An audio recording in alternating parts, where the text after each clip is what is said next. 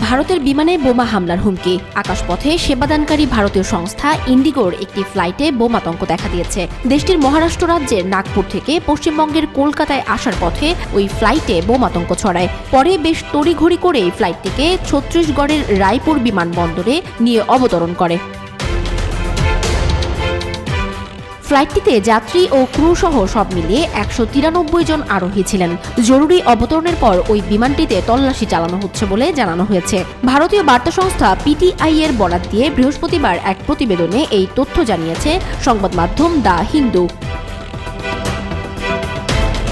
প্রতিবেদনে বলা হয়েছে 187 জন যাত্রী এবং 6 জন ক্রু সদস্য সহ কলকাতাগামী ইন্ডিগোর একটি ফ্লাইট বৃহস্পতিবার সকালে বোমা হুমকির পরে রায়পুর বিমানবন্দরে জরুরি অবতরণ করেছে বলে পুলিশ জানিয়েছে।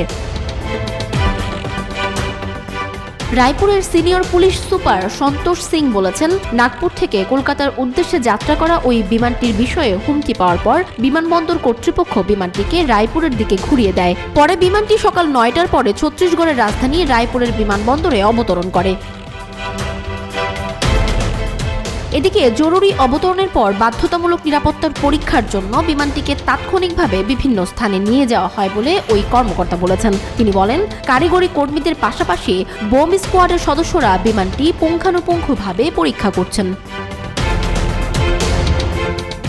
ভারতীয় সংবাদ মাধ্যম বলছে, রায়পুর বিমানবন্দরের একটি নিরাপদ জায়গায় বিমানটিকে নিয়ে যাওয়া হয়েছে। বিমানে থাকা যাত্রীদের নামিয়ে চলছে তল্লাশি।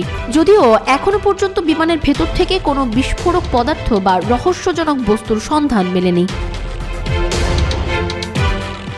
তবে তল্লাশি চালিয়ে যাচ্ছেন বিমানবন্দরের নিরাপত্তা রক্ষী এবং বোম স্কোয়াডের কর্মীরা। রায়পুরের অতিরিক্ত পুলিশ সুপার কিরণ রাঠোর জানিয়েছেন, সত্যি বিমানের ভেতর বিস্ফোরক রয়েছে কিনা তা খতিয়ে দেখা হচ্ছে।